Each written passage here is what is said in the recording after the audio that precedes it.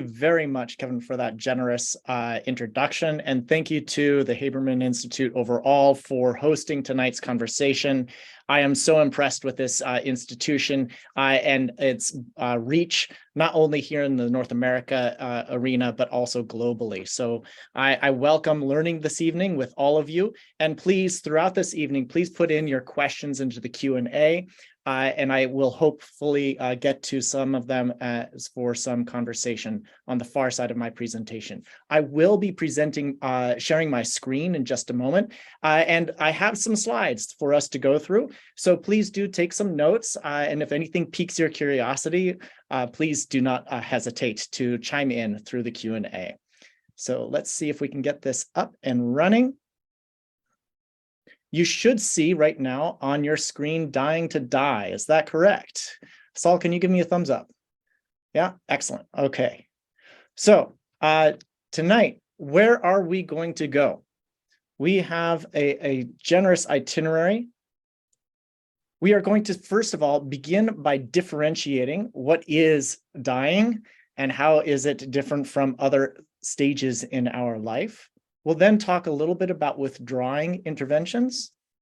We'll then talk about palliation and what Judaism might have to say about that. Assisting in dying, and that is a complicated subject, and it's broad and vast, and we'll be digging most of our attention into that topic tonight. What happens when we need to certify that somebody has died? What does it mean to cut into a body for autopsy purposes? And finally, transplantation. When do we?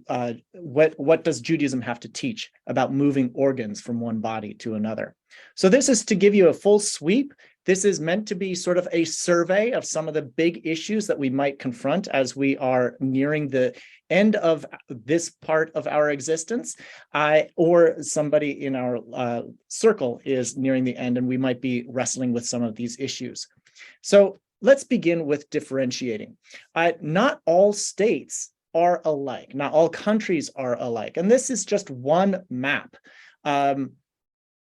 which that shows those states that have death with dignity statutes, which allows them to, that makes it permissible in those venues for physicians and to give cocktails, basically, for those individuals who request assistance in dying. And it's going to vary from state to state about what kind of permissions are given. But for the most part, the states that are in blue provide the kind of permission for those healthcare providers to do so. The red states make it illegal for any state, for those kinds of interventions to be given.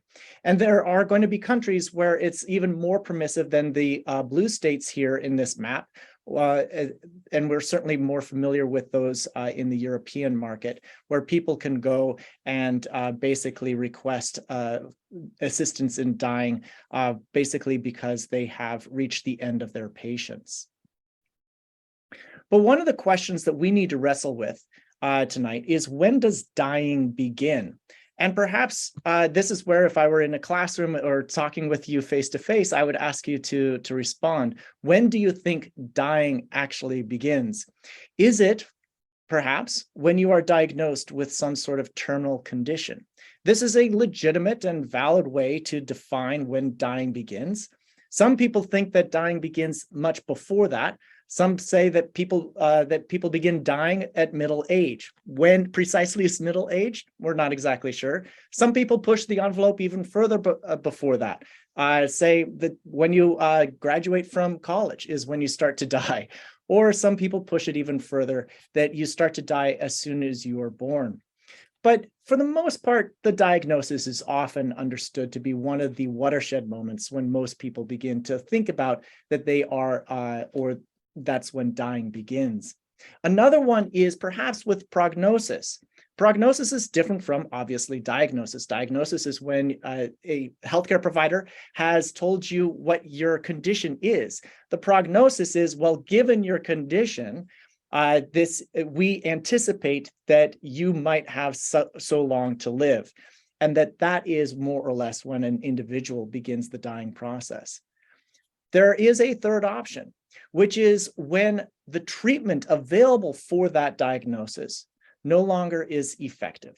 And here, this is a moving target that we have technologies and medical interventions of a variety of sorts that are always pushing the boundaries of their capacity to both diagnose and treat various conditions that heretofore have been terminal, and it's moving the goalposts. So what was ineffective 5-10 years ago is perhaps no longer the case today in many instances. So one of the things that we need to wrestle with in the field of bioethics is to really think about when dying actually begins, and it's not clear. Judaism does have, however, some suggestions, and two of those suggestions are found in the terms Trefa and Gosses. Conventionally, a Trefa is somebody who has been diagnosed with a terminal illness. A Gosses, by contrast, is somebody whose demise is imminent. Now, there's debate about when precisely a Trefa begins and ends, and when a Gosses begins and ends. It's understood that, at least for a Gosses, that it could perhaps be as long as 3 days or 72 hours. That, however, is a contested time boundary. But what are you allowed to do or not allowed to do if you are categorized in one of these categories? So according to bioethics scholarship that have plumbed the Judaic textual tradition, they have more or less extracted that if one has been categorized into the what we would call the bucket of what we would call the Trefa, there are interventions and experiments. Interventions to heal that individual, you are permitted to do to a certain degree, but you're not allowed to engage in any kind of radical experimentation. However, when you are categorized as a Gosses, there are clear instructions from the Judaic textual tradition that say that one must not hasten that individual's imminent death, nor, on the other hand, prolong the dying process. And we will take a look at some of those texts that talk a little bit about that in just a moment. But these are two different categories that Judaism provides contemporary bioethics to think about how we begin to delineate boundaries of who is dying and who is not dying, and what happens or what is permitted to happen to those individuals once they have been so categorized. So what happens if you have a patient who is already connected to life-sustaining technologies? Are you permitted to withdraw that technology? And this is perhaps the most salient classic text on that particular issue. It comes from the commentary by Isserles, the Mapah, and he was adding comments to the Shulchan Aruch by Joseph Caro. So Isserles is adding Ashkenazic attitudes or perspectives onto the Sephardic perspectives that Caro was recording in the Shulchan Aruch. In it, he talks about how it is forbidden to do anything that might accelerate an individual's death, even for somebody whose death is taking a long time to come about, and that individual does not have the wherewithal to actually withdraw and actually die. However, Isserles adds, if there is some factor which prevents the exit of the soul, such as the sound of a nearby woodchopper or salt placed underneath that individual's tongue, and these are somehow, for some mechanism not yet understood, that these things are impeding that individual's death, it is permissible to remove them. And he reasons that in doing so, one actively does nothing but remove an obstacle preventing a natural death. So we can see two things going on here. One is the notion of a nearby woodchopper. And a woodchopper is an exogenous stimulus. So there might be a beeping machine in the room, for example, that is audibly stimulating the patient and keeping them agitated or at least conscious enough that they cannot reach and achieve a final demise. Or there might be salt placed under the tongue, which today's bioethicist would analogize to the notion of something endogenous, something internal to the individual that is keeping them from reaching their ultimate demise. Both of these stimuli, according to Isserles, it is permissible for you to withdraw them from the patient so that they can finally achieve a natural death. So this, for me, the way that I read this is that this is giving us permission to withdraw life-sustaining technologies. It is not a mandate, however, to do so. And we'll pay more attention to the difference between a permission and a mandate throughout this whole talk. So what about palliation? Palliation, as you well know, comes from the ancient roots for masking and masking one's conscious, not just masking one's face. And one way that human beings have masked our consciousness is through inebriation, by taking some sorts of exogenously induced intoxicants of various sorts. And alcohol has been one of the more famous ones that Judaism has integrated into its life, its structures, its celebrations, and even in the way that we say goodbye to people. And so here is a famous Proverbs that we should give strong drink to somebody who is dying. Why should we give strong drink to that individual? Maimonides comes along. He was the great medieval sage and physician. He was so good at his job, as you probably know, that even the vizier of Fostat, Egypt, hired him to be his personal physician. And Maimonides says in his Mishneh Torah that after a prisoner has confessed his capital crime, he is to be given some frankincense dissolved in a cup of wine. Why?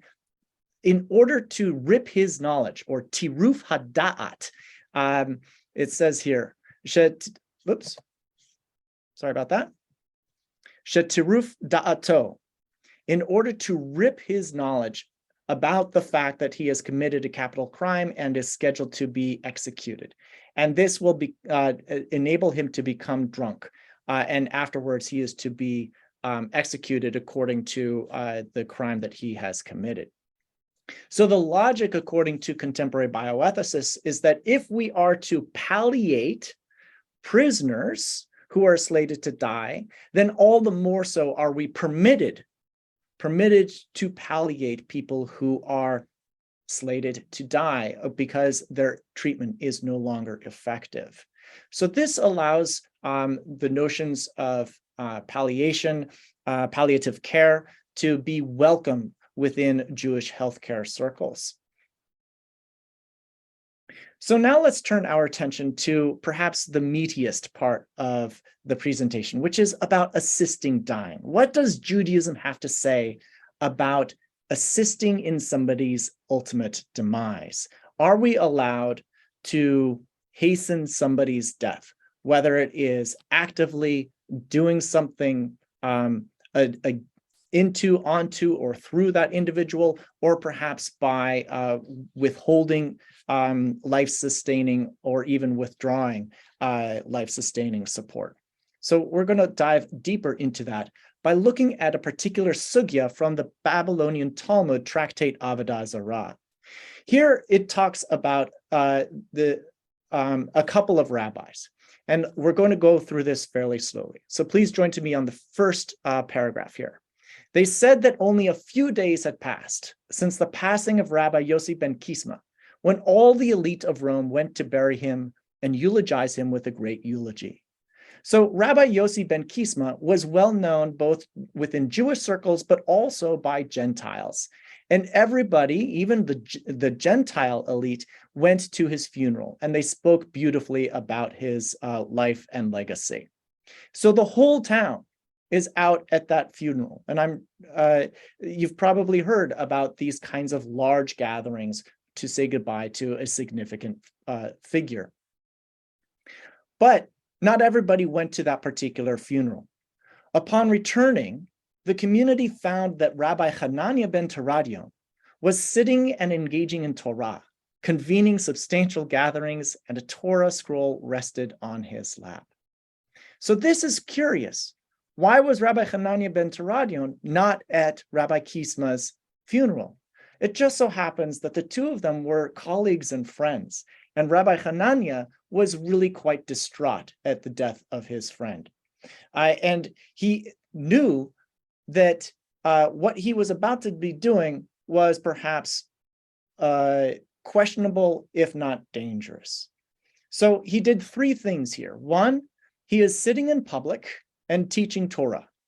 He had a lot of people around him, and he had a Torah scroll resting on his lap. And this is 3 strikes in Roman-ruled ancient Palestine.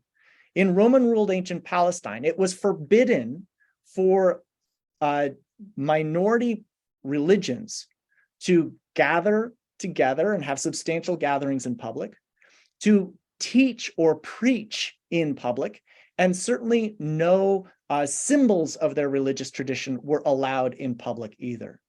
And so Rabbi Hanania Bentaradian is doing 3 things that he knew were going to provoke the authorities if and when they encountered him.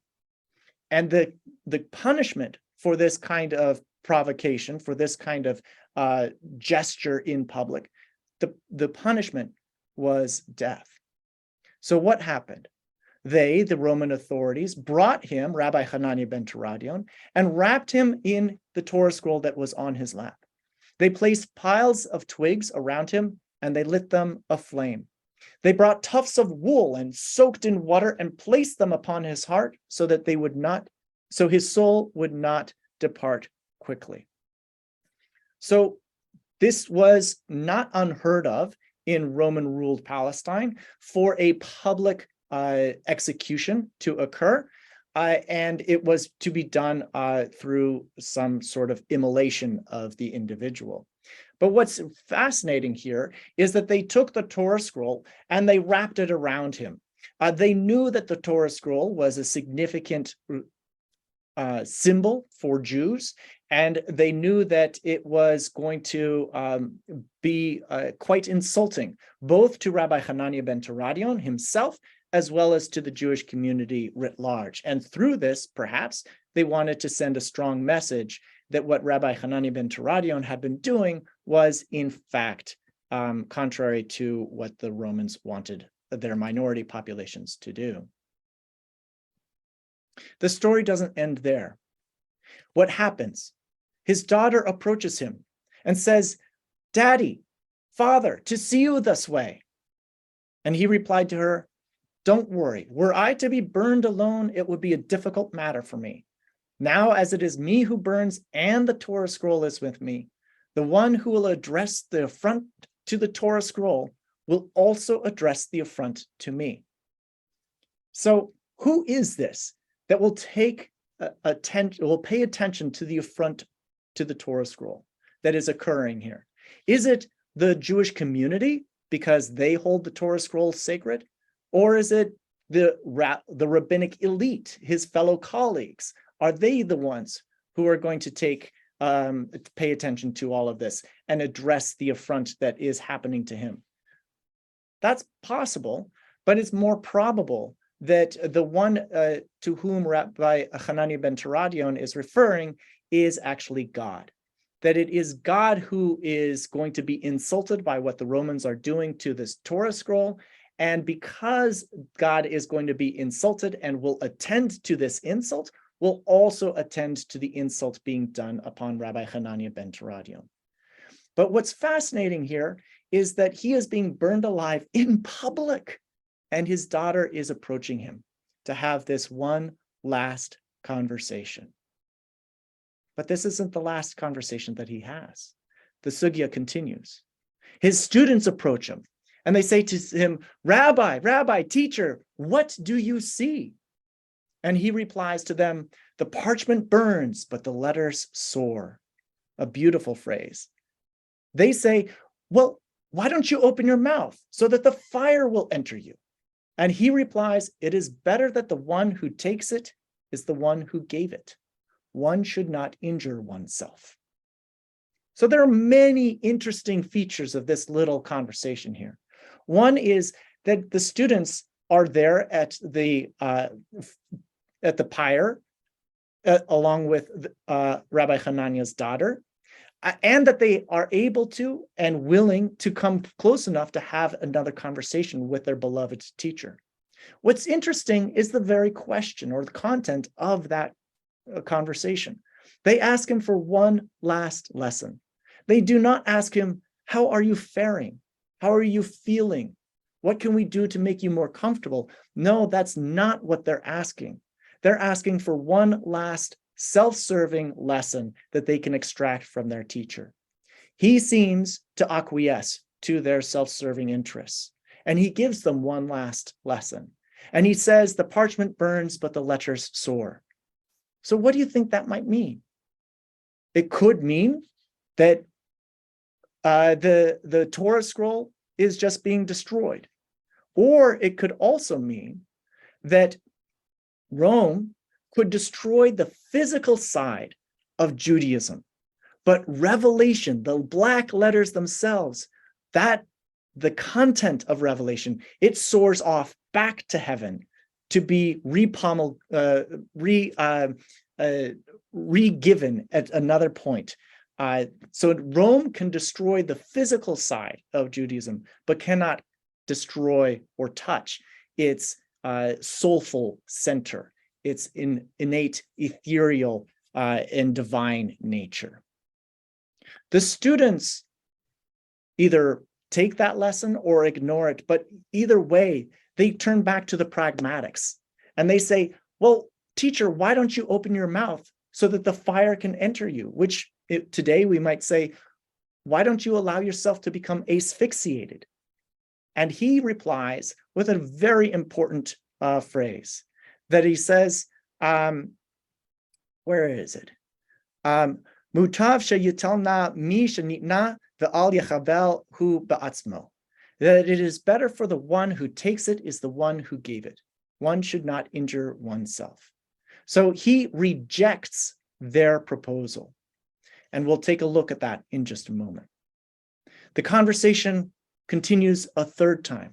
This time, it's not with family and it's not with colleagues, but with his executioner, who stands up to him and says, Rabbi, teacher, if I increase the flames and remove those tufts of wool from your heart, will you bring me to the world to come, to the olam haba? And so Rabbi Hananiah says, sure, yes. And the executioner says, swear that to me. So he swears it to him. So the executioner immediately increases the flames and removes those tufts of wool from his heart. And Hananiah's soul quickly departs. The executioner even jumped and fell into the fire. This is a fascinating little bit of this sugya. There's so much here to unpack, and we'll return to it in just a moment.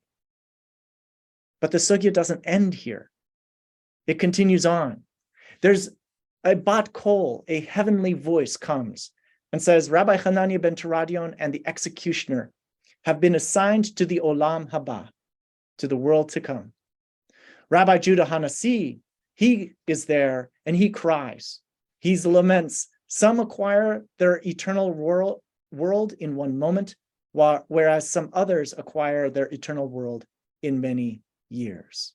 So we now have two different reactions to this incident atop the flaming pyre. We have heaven, a divine voice coming in to give a divine response to what happened and a human response to what happened. The divine one happens to say that both individuals, Rabbi Hananiah Bentaradian and the executioner, have been given this amazing reward, life in the olam haba. From Rabbi Judah Hanasi's perspective, from a human perspective, however, he is frustrated. He is ambivalent about this this circumstance. He says, why is it that some can get their eternal reward after doing just nothing? Just at the last moment of his life, the executioner did this.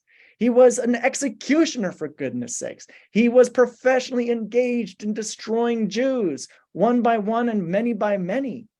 Whereas Rabbi Hanania Bentaradian, he was a scholar. He was a righteous man throughout all of his years.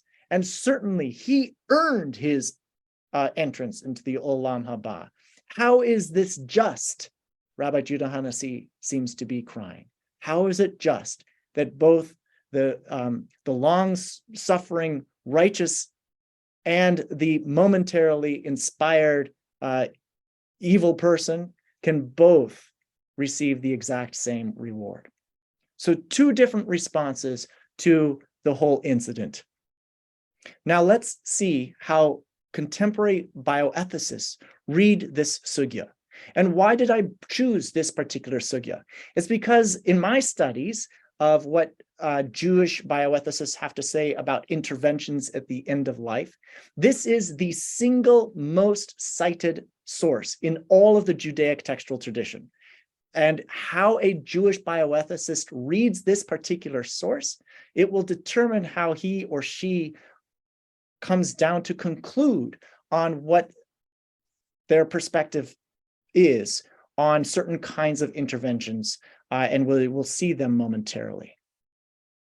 So let's take, for example, that conversation between Rabbi Hanania Bentaradian and his students, where they suggest, why don't you open your mouth so that you can become asphyxiated? And he responds that one should not injure oneself. So he rejects the students' proposals.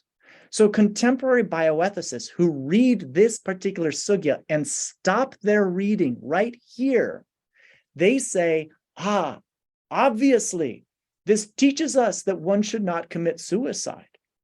Other bioethicists say, obviously, this is saying that one should not engage in physician-assisted suicide. Others see this, sorry, I pressed the wrong button. Others see this as saying, certainly, this teaches us that passive euthanasia is prohibited. And others say active euthanasia is prohibited. And they read all of this precisely because of how they read this particular piece of this larger sugya. I should also let it be known that many contemporary Jewish bioethicists have different translations of this last phrase.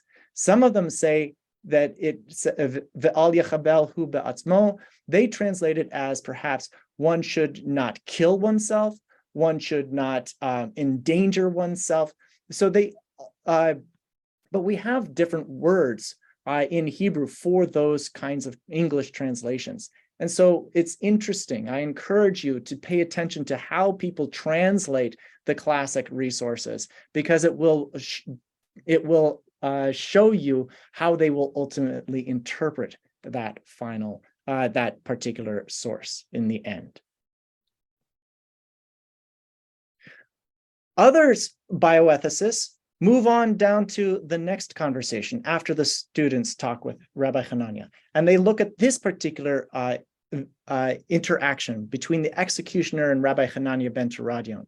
And the executioner makes a proposal. If I increase the flames and remove the tufts of wool from your heart, will you bring me to the world to come? How amazing is this? That an executioner, a Roman executioner, one says teacher, a respectful appellation for this individual, and also knows about the Olam Haba. Was he in conversion class? How else would he know about this otherwise religious goody that is known only to Jews? But he knows about it nonetheless, and he is interested in attaining it. And so he makes this proposal. By removing the tufts of wool, according to Jewish bioethicists, they see this proposal as a notion of passive euthanasia. That according to this particular reading, this text is saying passive euthanasia is a good thing. Whereas the idea to increase the flames, this is the idea of active euthanasia, of actively bringing about a patient's ultimate demise. And so there are contemporary bioethicists who gloss over that previous conversation between Hanania and his students and moves to this one to say thumbs up on both kinds of euthanasia, both passive and active. There are other bioethicists, however, that read the whole conversation that happens between the executioner and Hanania. And what they see going on here is they wrestle with the issue of assent. It seems that Rabbi Hanania agrees with this idea of hastening his demise. And so therefore, according to the contemporary Jewish bioethicists, they say, aha, this sugya supports both voluntary and involuntary euthanasia. There are others, however, who say, well, could he do anything else? Could he say, no, I won't bring you to the world to come? He was operating, remember, he's standing there, his flesh is aflame and dripping off of him. He is in a position of extraordinary duress. And so according to these readers of this particular part of this sugya, they say active and passive euthanasia are prohibited. So we've got some internal ambivalence to this sugya. To his daughter, Hanania says, it's all right. The status quo is what it is. And in fact, daughter, what I bequeath to you in this moment is trust God. I have faith that God is going to pay attention to me. You too, my daughter, you too should have faith in God. This is what we might liken today to an ethical will. It is a statement of values that somebody who is dying bequeaths to their family members. To his students, however, Rabbi Hanania Bentaradian says, do not intervene whatsoever. I am not going to intervene and you should not intervene. We are not going to hasten my ultimate demise. Whereas to the executioner, he does say, yes, let's get this done and over with. The way that I read this kind of internal ambivalence about assisting somebody who is dying in this particular sugya is that the patient changes his perspective as he experiences his dying process. Whereas at the beginning, he was in an equanimitous situation. He was okay with the status quo. He wasn't comfortable, obviously, but he knew how things were going to transpire. And to his students, he ultimately rejected it, but yet he embraced the opportunity to hasten his own demise when he had the opportunity to talk with the executioner. And we see this time again in clinical settings where patients will change their opinion about what they want to have happen to themselves as they go through the dying process itself. And so it's dangerous, I think, as a bioethicist or as a rabbi to say that definitively Judaism says X or Y about thumbs up or thumbs down on a particular kind of intervention on assisting somebody who is dying. I think it's dangerous to make a definitive normative position because this and base it on the sugya, especially since the sugya itself is internally ambivalent. Then we have a larger question about, well, what do we do with somebody who is committing martyrdom? And we read in the Talmud this generic rule that no halach matter is allowed to be quoted in the name of somebody who surrenders himself to death for the words of Torah. And we should take this teaching and then ask, how many halachot are recorded in the Talmud that are psak Rabbi Hanania Bentaradian? Zilch, zero.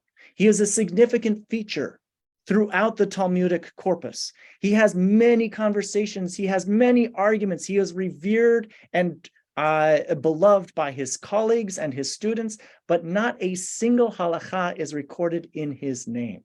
So it makes me wonder why it is that contemporary Jewish bioethicists will point to this particular sugya and say, I I'm going to render a pasak halacha. I'm going to say this is what Judaism has to say on intervening on somebody's death based on this reading of Rabbi Hanania Bentaradian.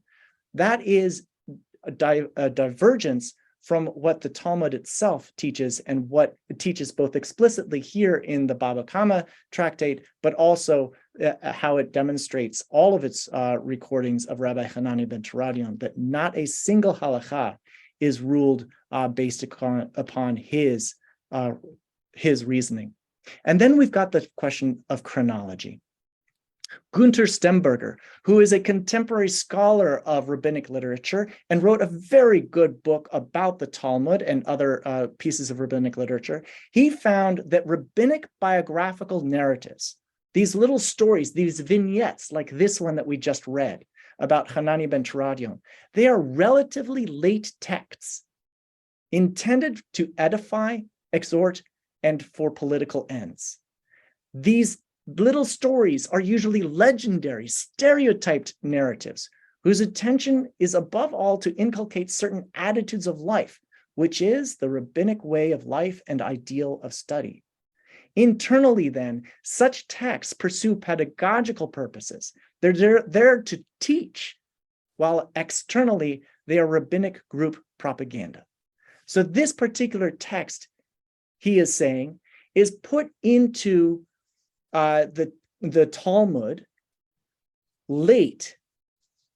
We know that the Talmud was redacted quite over several centuries. In fact, the story of Rabbi Hanania Bentaradian, who lived concurrently with Rabbi Judah Hanassi, who lived around the 2nd century,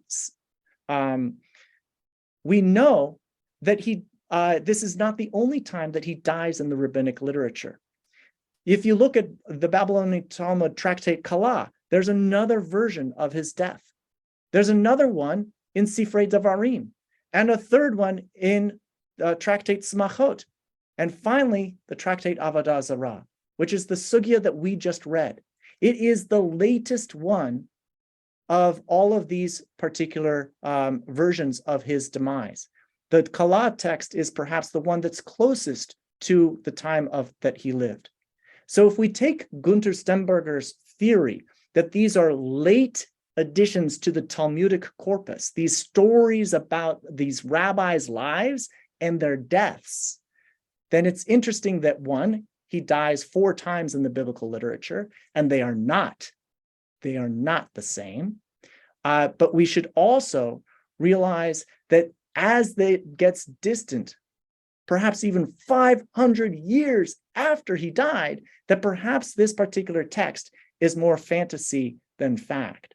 So again, for me, as a contemporary bioethicist, when somebody comes to me and says, my beloved is dying in the hospital, what does Judaism have to teach us about assisting in her dying? I would be loath to make a norm based on something that is perhaps more fantastical than factual.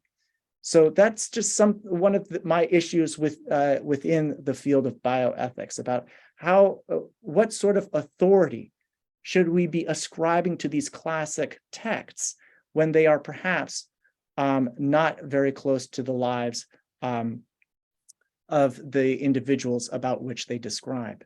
And so we should acknowledge that the Judaic textual tradition writ large, the Babylonian Talmud and also Sifrei Devarim, this classic Midrash collection, that it is ambiguous about which one is the more truthful about Rabbi Hanania's ultimate demise. So let's move on. What is death? Well, in my classroom conversations, I have a course that I teach called Declining, Dying, Dead. We recognize that death is perhaps a slippery subject. Sometimes we understand death to be a failure of the body to maintain itself. Some of us think about death as a state.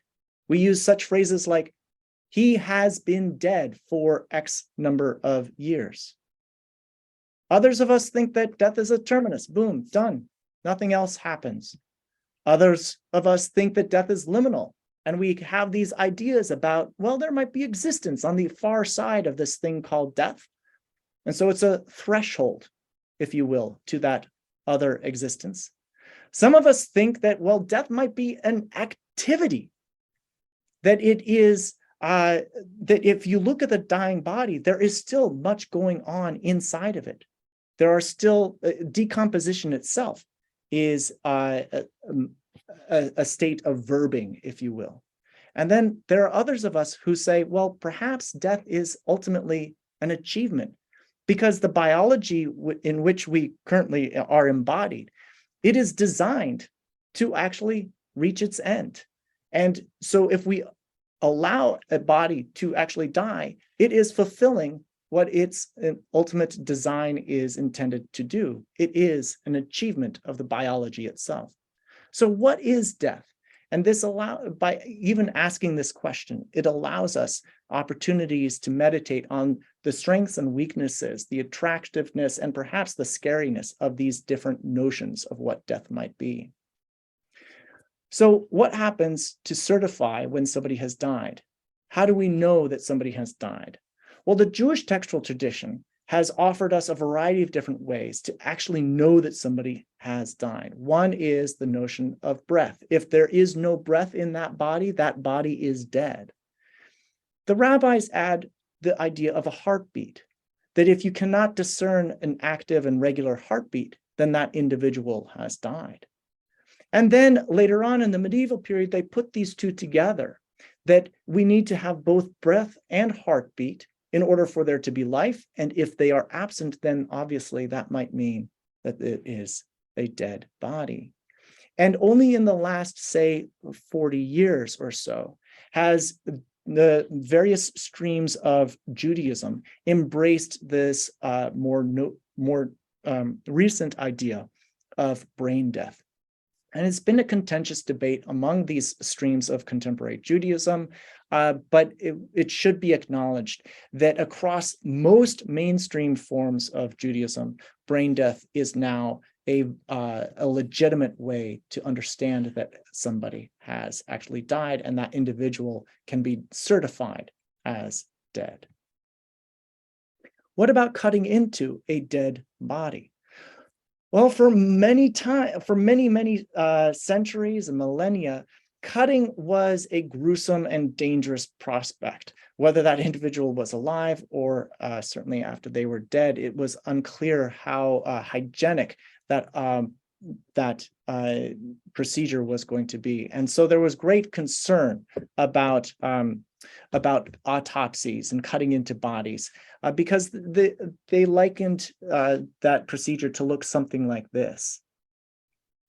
And so Judaism offers us some principles about what we owe the dead. And the major principle is kavod hamet. And this principle has been interpreted to mean that cutting into a dead body is impermissible. And it gives a variety of different rationales to concretize why it's impermissible. One, we are urged to have a quick burial. We may not derive any benefit from a corpse. And finally, it is prohibited to violate a corpse in any significant fashion. And so these combine to concretize the general principle of kavod hamet, which basically teaches us that we should not engage in autopsy. Thankfully, in recent centuries, autopsies have become much more hygienic and less theatrical. And these have also led contemporary, more recent Jewish ethicists and rabbis to invoke other principles to perhaps reconsider the conventional prohibition about autopsies. And they invoke the principles of chesed, of compassion, and the principle of pikuach nefesh, of doing what is necessary to save lives. And these combine, according to these more recent thinkers, that it is permissible to engage in an autopsy.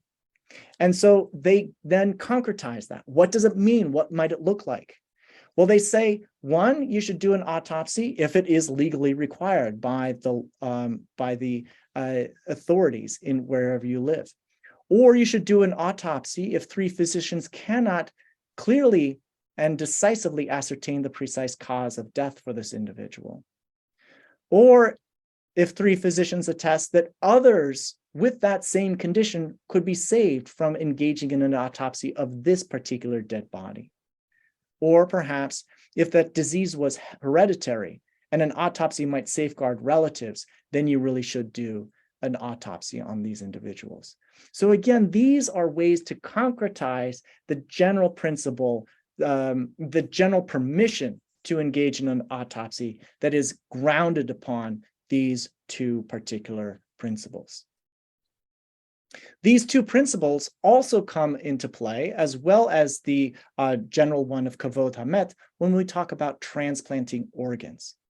So there are 2 different kinds of transplants. There are living donors, and contemporary Jewish ethicists more or less argue that to be a living donor, say of a kidney or of a part of your lung, that doing so is a supreme act of charity, but it is not an obligation. However, to give organs from an otherwise healthy body that has unfortunately reached its demise, these are called cadaveric donors, there is an increasing consensus that it's not just a voluntary fulfillment of not standing on the blood of your neighbor, but a commanded obligation to provide those organs, because you can, through doing so, save other people's lives and improve their conditions. So those are just some of the issues that I have found to be really interesting when it comes to our issues at the end of life. And these are just some of the teachings that I have found to be salient among contemporary Jewish bioethicists who have written and published and teach and on these issues. And I welcome the opportunity now to learn with you about these or perhaps other issues. So thank you very much for listening to this part of this evening's conversation. So I'm now going to turn our attention to your questions. So let's see, we have some questions in the Q&A. Richie is asking, can Jews donate their bodies for medical science and thereby avoid a normal funeral? And is there a Shiva, and if so? That is a very good question, Richie. So certainly, yes. The answer to the first part of your question is yes. Can Jews donate their bodies for medical science? One, and it can be justified from a variety of different ways. One is that it is empowering future generations of physicians to better know human bodies and therefore provide better care to futures. And so this could be justified under the notion of pikuach nefesh. Would they avoid a normal funeral? Yes.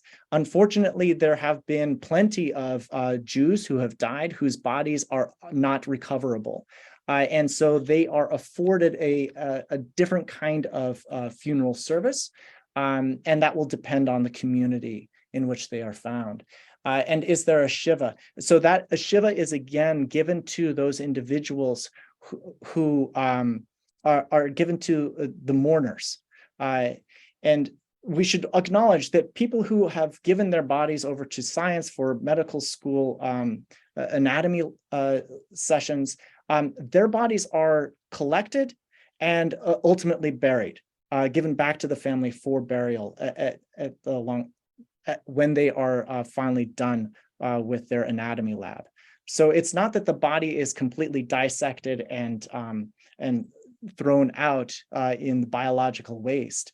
On the contrary, there's a lot of reverence given to these cadavers, and when they are done, I have heard in several schools of medicine where the students will line the hallways as the gurney is taken out, and they stand in silence and in reverence, saying thanks to these individuals for teaching them so much, even when they are no longer alive.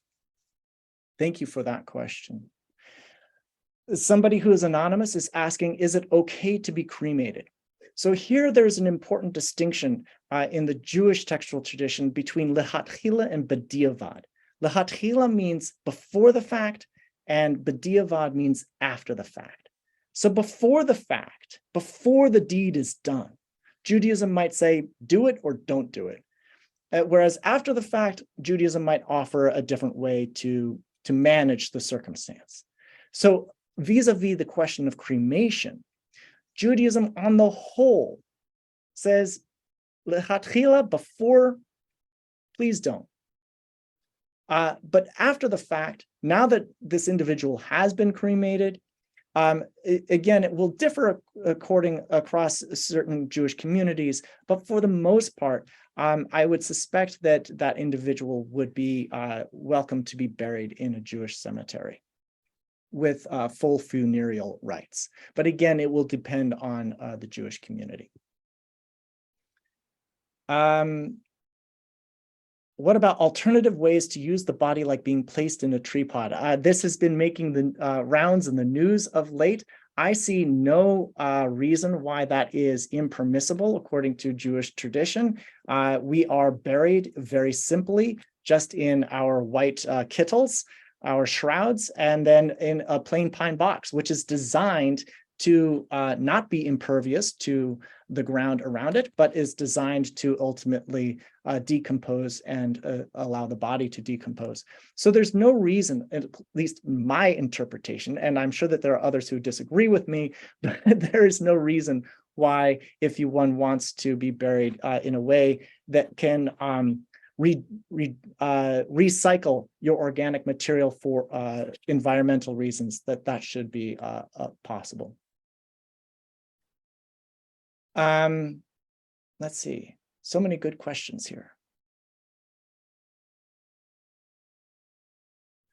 So another anonymous person has asked, if one cannot gain benefit from a corpse, what is the justification for the highly commercial funeral and cemetery industry? That is a good question.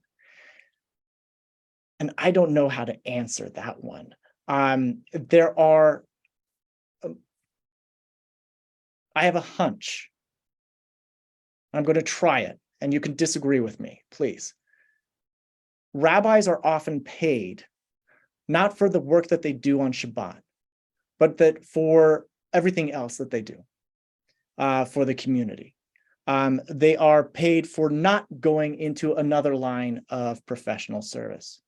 And it could very well be that a similar kind of circumlocution rhetoric or logic is given to in the funeral and cemetery industry, that they are providing vital services to families and communities to inter individuals, and they could be doing other things, and so they are extracting market rate for not doing those other things. So that could be one way that they could justify what, from outsiders' perspective, seems to be deriving benefit from corpses. That's a very interesting question. I would have to go look at how others, funerals, Jewish funeral services justify the fees that they ask their clients to pay. What about the fact that the executioner actively commits suicide and still goes to the Olam Haba? Indeed, that is a curiosity in that text, isn't it? And that is one reason why I think that it's dangerous to say wholesale that Judaism thinks badly upon suicide. One way, now I'm going to think about a contrary argument to myself. One way perhaps it is still consistent with that conventional understanding that Judaism says thumbs down on suicide is that this is a Roman executioner. So good riddance. Let's get the world rid of such evil individuals. And so it's flavored positively in the textual tradition, but that doesn't mean that we should encourage suicide within the Jewish ranks. So I think that it can be read both ways, but I do know that there are other instances in the textual tradition where suicide does occur, and it is not automatically flavored negatively. Switching focus to the beginning of life, is abortion permitted if the fetus has severe deformities that will result in it having a short and difficult life? Oof, yes, the beginning of life is its own lecture, and abortion itself is a multiple evening engagement. But when it comes to this specific case of a fetus that has congenital deformities that are contrary to life, outside of the womb. What does Judaism have to teach? And from my read of the textual tradition, both classic and contemporary Jewish bioethics discourse is that there is permission to terminate that pregnancy. Judaism does not endorse abortion at will for no reason whatsoever.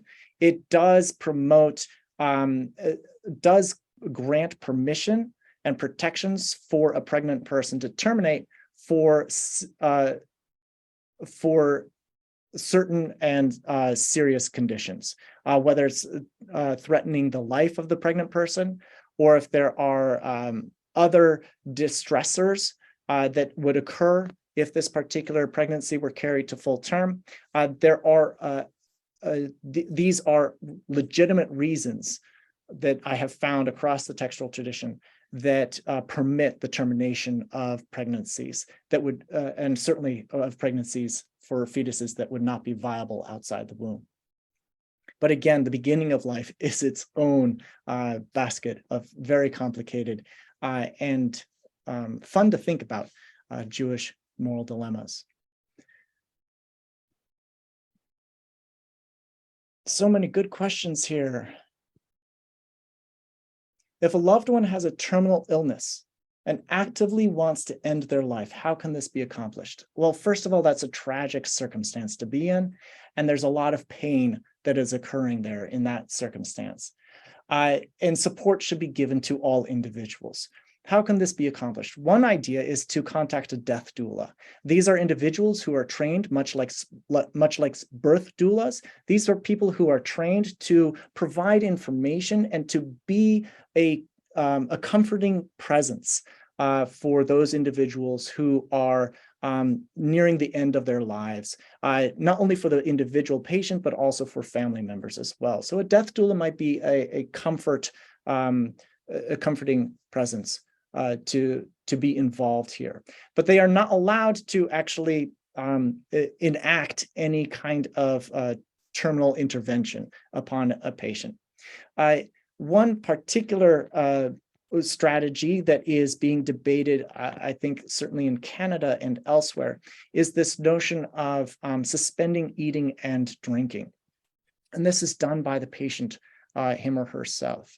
And so this is one strategy that an individual who has reached the end of their patience and still has the wherewithal to be in control of his or her life, to voluntarily end those pieces of nutrition and hydration. It's an awkward and uncomfortable situation, especially for loved ones who would like that individual to continue to live and live vibrantly. But it could also very well be that that's the best course of action. But that is one way that it can be accomplished, that no laws, as far as I know, would be broken.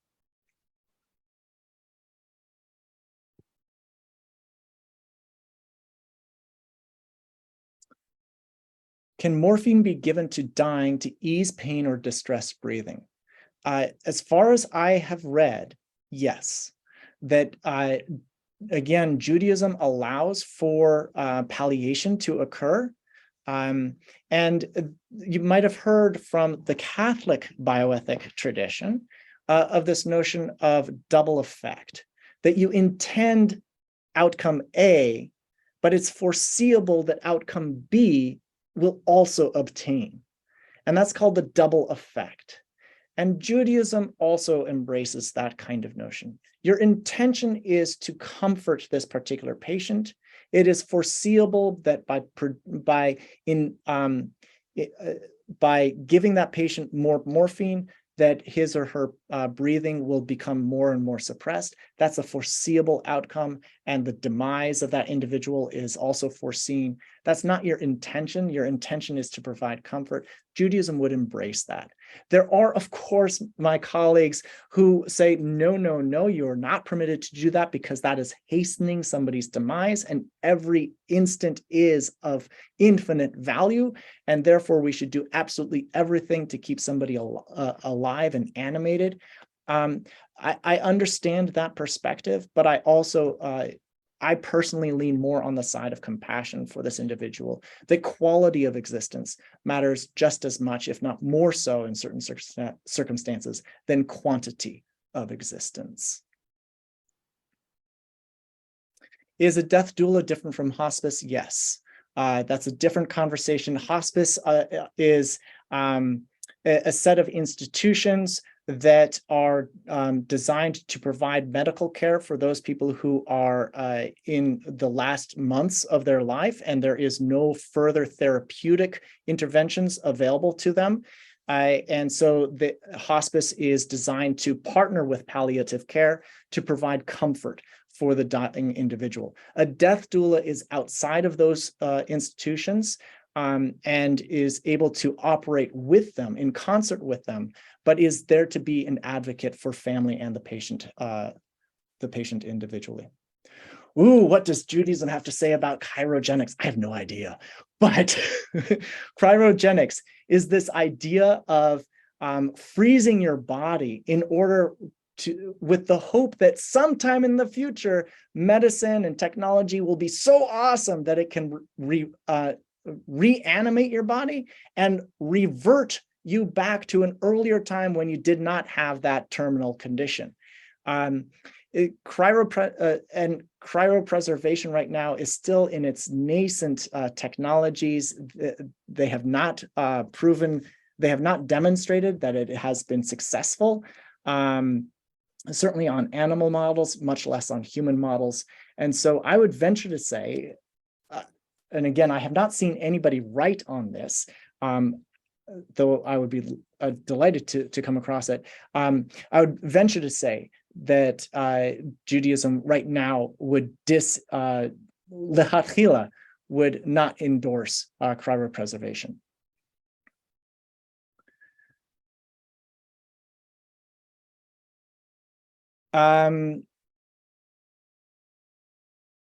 Let's see here.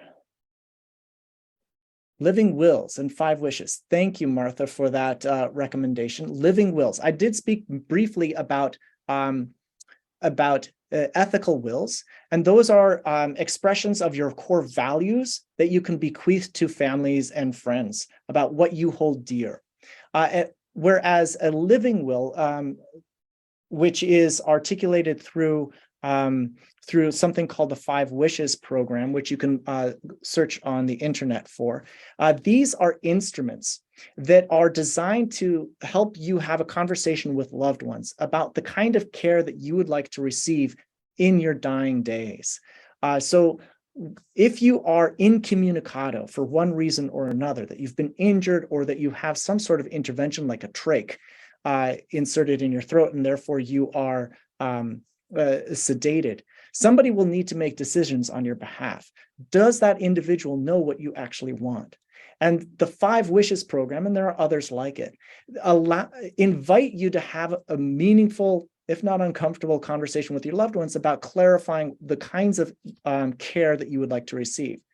There are then different kinds of medical instruments or legal instruments that would need to be completed that make it mandatory for healthcare providers to follow. And some of those might be the PLOST, some of them might be other healthcare directives, advancement directives, DNR, DNI, these kinds of instruments. But these are important conversations to have now while you can, before you reach those really difficult moments. One of the sort of paradoxes of those conversations, however, is that and the Talmudic text about Rabbi Hanania Bentaradian demonstrated this, is that it's really hard to predict precisely how you will feel when you're in the midst of that very difficult end-of-life circumstance. It could very well be that the way that you feel today and the kind of care that you anticipate that you would want will differ from the kind of care that you will want when you are in the throes of that actual final circumstance. So that's one of the paradoxes and one of the dangers of the 5 Wishes. But the vast majority, that small danger should not outweigh the benefits of engaging in those conversations today with your loved ones about that.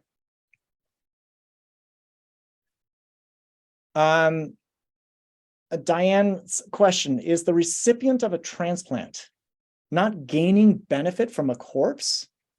How might this be justified? That's a very good question, and it's more philosophical than biological. So what's interesting here is that the person has died, but the body's organs can still be, the verb is harvested, and they're still viable. And so those viable, still living organs have not died. So the organism has died, but the individual components that are important to that whole are still viable, and those can be removed and placed into other individuals who could benefit from them. And that means that they are not getting benefit from a corpse. They are actually getting benefit from the living organs of somebody who has unfortunately died. So that's a very good question there. Let's see, got time for a couple more questions here.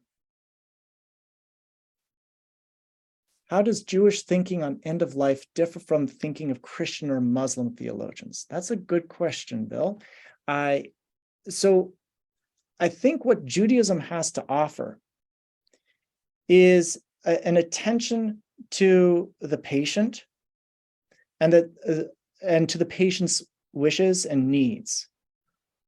There's very little dogma that I see being imposed from the religious tradition on end-of-life issues. There are values, and we spoke about some of the values, kavod hamet, pikuach nefesh, chesed, and others that are at play in the clinical moment.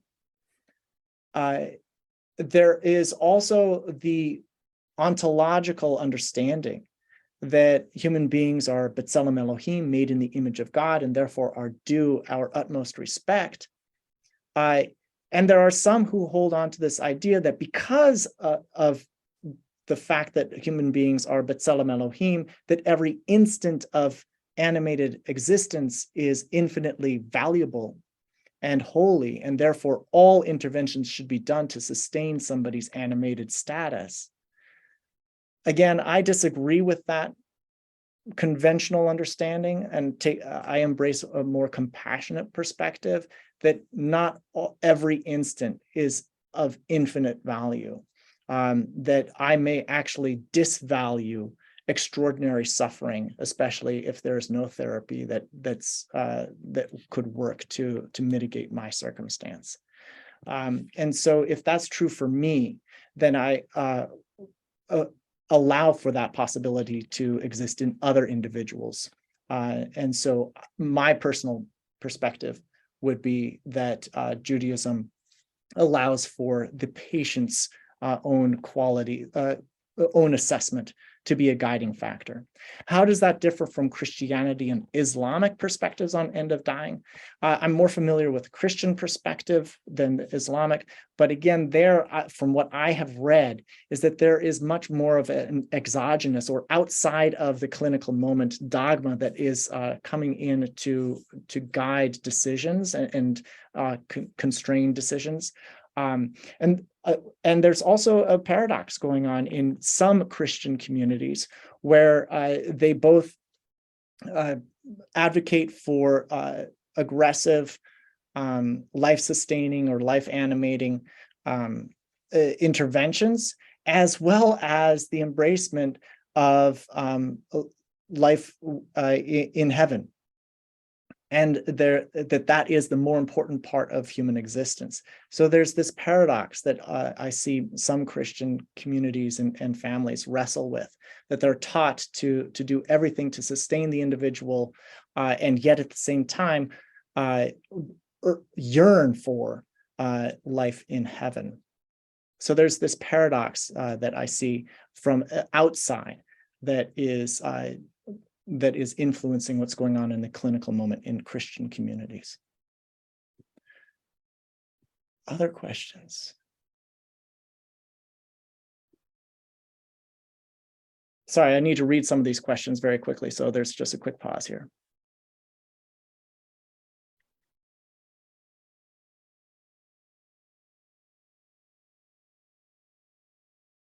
So Simcha has read that I seem to be assuming that doctors are consistently correct in declaring someone to be terminally ill, incurable, or very close to death.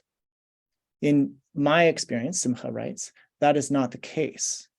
After 42 years, past my physician predicted life expectancy. Well, kol hakavod, Simcha, for living far beyond what your physician had predicted. You're absolutely correct. No one knows the future. And so I really encourage us to not predict per se. And that's one of the dangers of medicine, is that it has to work with statistics. And so we often are taught to see the instance, the individual patient within this larger statistical spectrum. And we perhaps often defer to the statistical bell curve rather than the peculiarities of this particular patient. It's not to say that that kind of preference is wrong. It's just that it can lead to, if we overinvest in statistics, it can lead to disvaluing the presence of that individual patient in his or her own glory, even if it's a painful glory in this particular moment. So you're absolutely right. Healthcare providers and physicians in particular can be wrong, both in their diagnosis and as well as in their prognosis. And we need to understand that medicine is, at base, an art. It has incredible technologies, incredible powers, incredible knowledge and facts and data and wisdom, but it's still being practiced by human beings, and thus, therefore, is an art.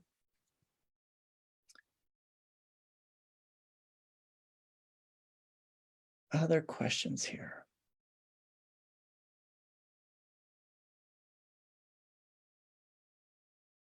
Indicators. So there's a question here about what are the indicators on death that are permitted before taking organs for transplantation. That is another sticking point that is currently being revisited by various medical associations that are involved in transplantation. As it stands, the indicator before taking organs for transplant, the indicator is time. Whether that individual has died a cardiac death or a cardiovascular death or a brain death, that is going to determine which organs would hypothetically be viable. But irrespective, for organs to be harvested and to be viable, they cannot remain in a dead body for very long, lest they no longer have fully oxygenated blood, and they begin to deteriorate and erode in their function. And so it depends on where you are. There are some states that have mandated across the state that you may not cut, that bodies may not be cut into for harvesting organs until after so many minutes.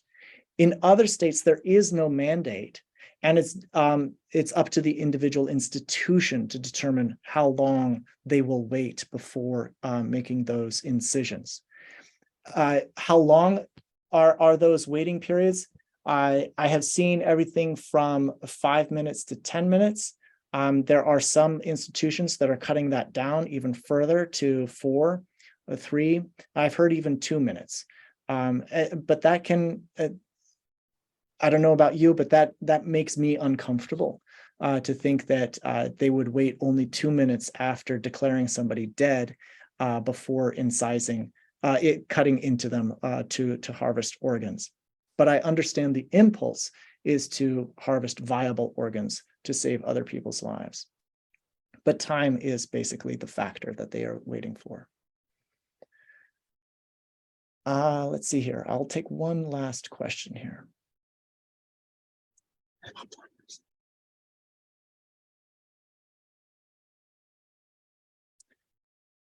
Are above ground burial vaults permitted? Jerry asks. So my understanding is that it depends where you live. The most important piece is that the body not be lost.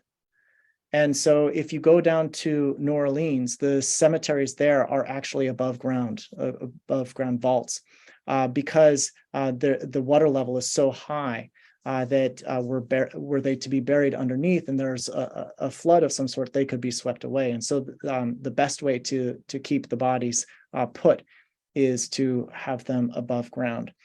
We should also look at the Mount of Olives itself outside of Jerusalem. Many of those burial sites are also above ground for a variety of reasons. And again, the tradition of putting stones on top of those burial sites is to mark that there is a body here. And it's also to keep our carnivorous animals from going in and eating those bodies. So there are a variety of different burial strategies, but for the most part, yes, they should be subterranean, but it depends where you are.